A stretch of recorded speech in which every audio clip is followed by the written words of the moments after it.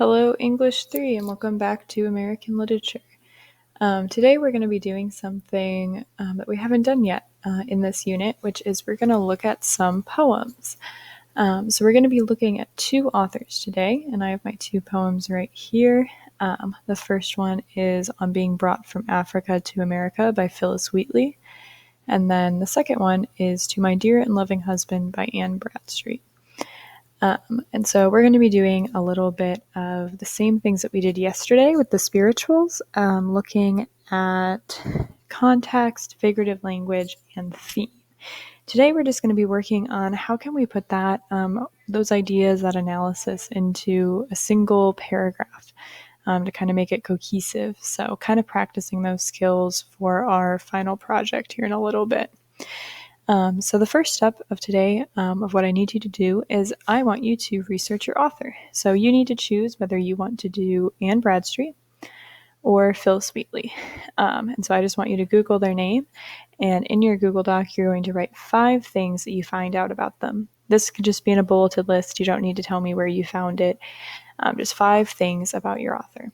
I will tell you as a hint that both of these authors, or poets, if you will, are the first of something. So figure out what that is first, and then just give me 5 other things about them. It can be relationships, it can be where they lived, things they experienced in life, anything. Just 5 things. And you will be using this for the next part, so make sure there are 5 things that at least you find interesting.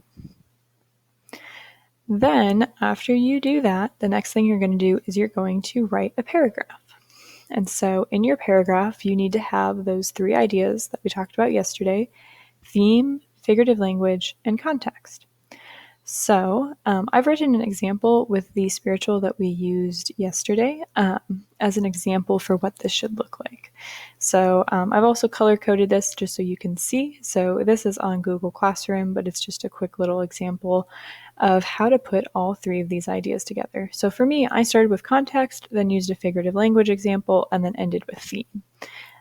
You might start with theme, do context, and then end with figurative language. It's really up to you. Yours also might be proportioned differently. You might have a lot on theme and not a whole lot on context, or vice versa. It's really just up to you, but it needs to be one cohesive paragraph. So yesterday we kind of worked on doing those things separately, and today we're working on putting them all together. And just as a reminder, a paragraph needs to be at least 5 sentences. This example here is exactly 5 sentences. If it's longer, that's totally fine, whatever you need to explain your ideas, but no shorter than 5 sentences. So what you're going to be doing is your research that that little 5 things you learn about your author, that is your context. And then same as yesterday, just break it down. What is the figurative language? What is the theme? And also, how does the context influence the reading? How does that make it different? And that's all you need to do today. So you're not doing this for both poems, you're just choosing one, and you're choosing one author to focus on. So it's up to you whether that's Phyllis Wheatley or Anne Bradstreet.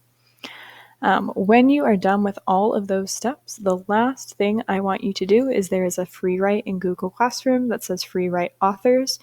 And whichever author you chose, I want you to free write a kind of think of it as a letter or a response to them. So whether that is Wheatley or Bradstreet, just what would you tell them about America today, or about poetry today, or writing today? Remember, both of these women were first of something. So maybe you want to tell them what that looks like now, because it doesn't look like what it looked like in their time. So however you need to think about that, wherever you want to take that, but that is your prompt for your free write today. I hope that you find this kind of an interesting project to kind of look into these 2 women and kind of what they were able to contribute to American literature, because they both made very big contributions. Tomorrow we're going to have one more reading, and then we will do some prep for Socratic seminars on Monday. All right, so I hope you have a good rest of your day.